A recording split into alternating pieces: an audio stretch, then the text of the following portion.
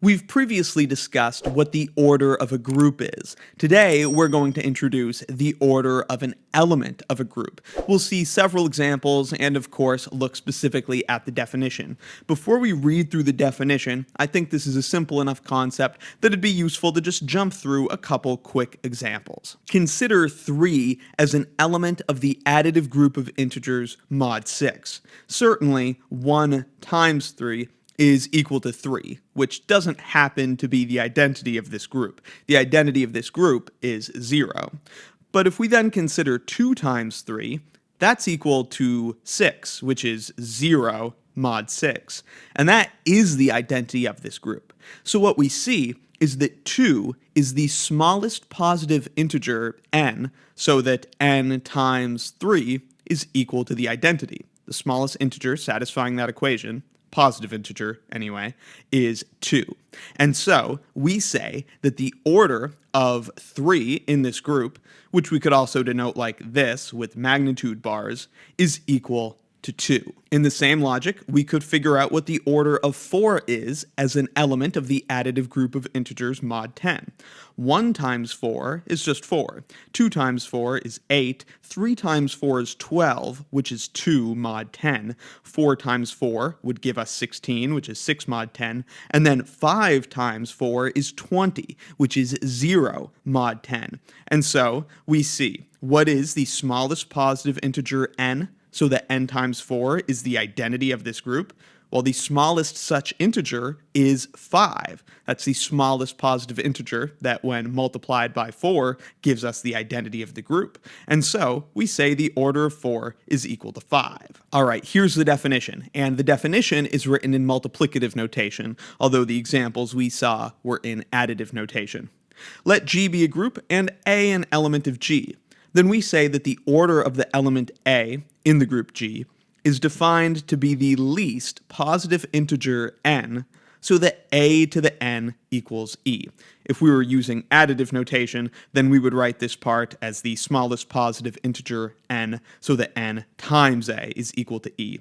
And of course, we're assuming that e is the identity of the group. So it's the least positive integer n, so that a to the n is the identity of the group. That's what the order of a is. And in this case, we write that like this, or with the magnitude bars like we saw before. Now, certainly, such an integer is not always guaranteed to exist. There's not always going to be a positive integer solution to this equation in every group for every element A.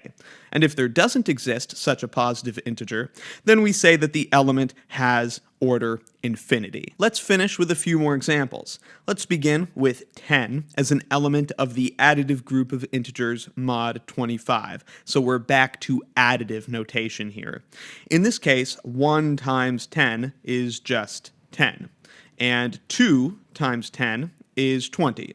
3 times 10 is 30, which is 5 mod 25. And then 4 times 10 is 40, which is 15 mod 25. And then finally, 5 times 10 is 50, which is 0 mod 25. So the smallest positive integer n, so that n times 10 is the identity of the group, turns out to be 5. And so we could write that the order of 10 in this group is equal to 5. Now let's consider 2 as an element of the multiplicative group of rationals without 0. So this is a group since every element has a multiplicative inverse because we've excluded 0. If we just consider 2 to the 1, that of course is just 2. Then 2 to the 2 is 4, and then 2 to the 3 is 8, and then 16, and so on. Looks like we're never going to get back to 1, are we? Certainly not. So in fact, the order of 2 in this group is infinite. There's no positive integer n, so that 2 to the n is equal to the identity. The identity of this group, of course, is 1. So again, no positive solution to this equation, and thus the order of 2 is infinite in this group. Finally, let's consider this permutation F from the symmetric group on 6 elements. I'll leave a link in the description to my lesson introducing permutations and the symmetric groups if you need a recap. But what this notation means is the function F is a permutation on a set of 6 objects. And what it does is it sends the first object to the 6th, it sends the second to the first, the third to the third, and so on. Now, the operation in this group, the symmetric group on 6 elements, is function composition. So we're asking how many times do we need to compose this permutation F with itself for it to be the same as the identity permutation, where no elements are moved at all. So we're looking for the smallest positive integer solution to this equation. F to what smallest positive power equals the identity permutation. Well, we can figure this out pretty quickly. If we look at this permutation, one factor of F, or one application of F, I should say, will send 1 to 6. Then a second application of F, if we had F squared, say, would at first send 1 to 6, but then send 6 to 4. A third application, so F to the 3, would then send that 4 to 2. The net effect would be sending 1 to 2 in that case. And then finally, a fourth application of F, so F to the 4, would take 1, send it to 6, which would then get sent to 4, which would then get sent to 2, and then back to 1, meaning the net effect of F to the 4 is to send 1 back to itself. I'm not going to go through all the details here, but you can work out for yourself that indeed F to the 4 has this effect on every element. It sends each of 1 through 6 back to themselves. For one more example, let's consider 6. So we've got F to the 4. What's that going to do to the element 6? The first application of F would send 6 to 4. The second would send 4 to 2. The third application would send 2 to 1, and then the fourth application would send 1 back to 6, the net result being that 6 got mapped to itself. Since 4 is the smallest positive integer, such that F to the 4 is equal to the identity, we can say that the order of this permutation F in the symmetric group S6 is equal to 4. Let's just mention 2 important theorems regarding the orders of elements before we go. I'll leave links in the description to my lessons proving these 2 theorems. The first concerns elements of finite order.